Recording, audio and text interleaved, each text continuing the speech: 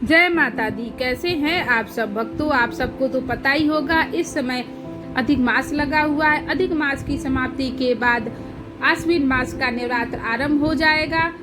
भक्तों, इस वीडियो में हम जानेंगे कि नवरात्र कब से आरंभ हो रहा है, इसकी समाप्ति कब है और कलश स्थापना का शुभ मुहूर्त क्या है। भक्तों, माता रानी बड़ी ही दयालु होती हैं।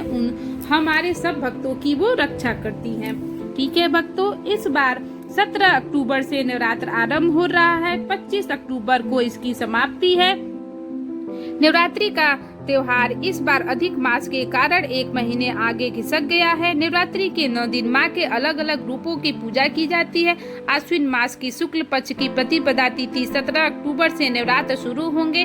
वहीं दुर्गा पूजा के लिए भी तैयारियां शुरू हो गई हैं। इस नवरात्रि कई अच्छे सहयोग बन रहे हैं। पंचांग के अनुसार इस दिन बहुत उत्तम समय है।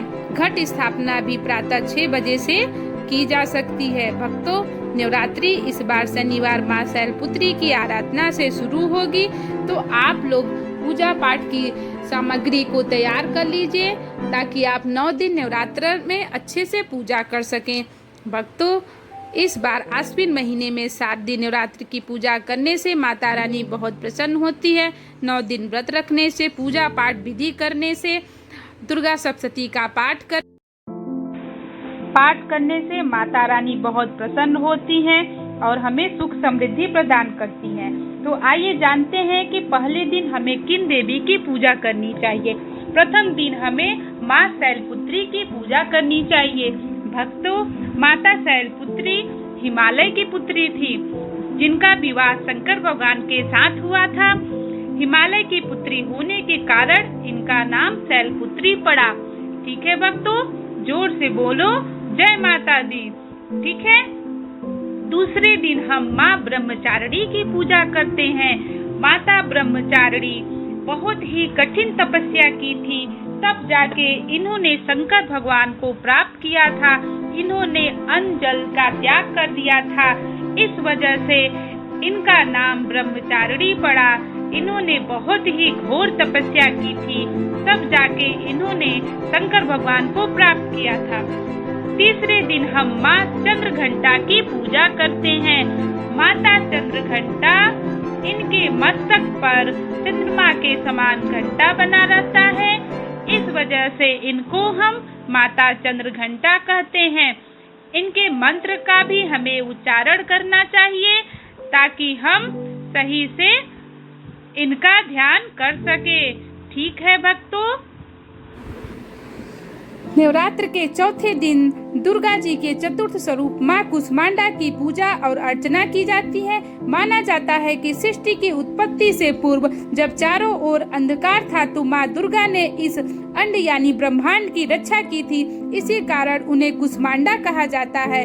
ठीक है भक्तों, ये आदि शक्ति भी है और सबकी रक्षा करती हैं। 5वां दिन माता स्कंद माता की पूजा की जाती है।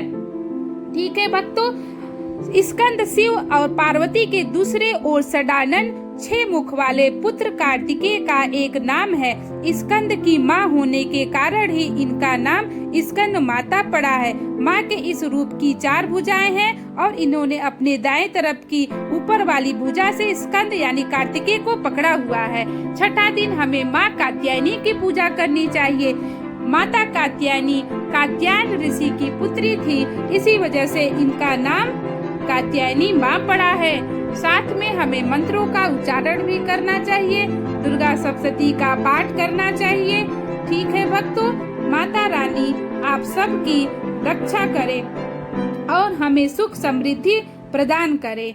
ठीक है भक्तों, नवरात्र के 7वें दिन इनकी पूजा अर्चना की जाती है। इस दिन साधक को पूरे दिन का उपवास करने के बाद माता को गुड़ का भोग लगाना चाहिए। इसी भोग के 1 थाली भोजन सहित ब्राह्मण को दान दक्षिणा की जाती है। काल रात्रि को माता रानी बुरी शक्तियों का विनाश करती है और हमारी रक्षा करती हैं। 8वां दिन हमें माँ गौरी की पूजा करनी चाहिए। श्री दुर्गा अष्टमी के दिन माता के 8वें रूप महागौरी की पूजा की जाती है। अपने गोरे रंग के कारण इनका नाम महागौरी पड़ा है। माता के महागौरी रूप का पूजन करने पर माता प्रसन्न होकर उपवासक के हर असंभव कार्य को संभव कर आशीर्वाद देती है। इस दिन माता को भोग में नारियल का भोग लगाना चाहिए।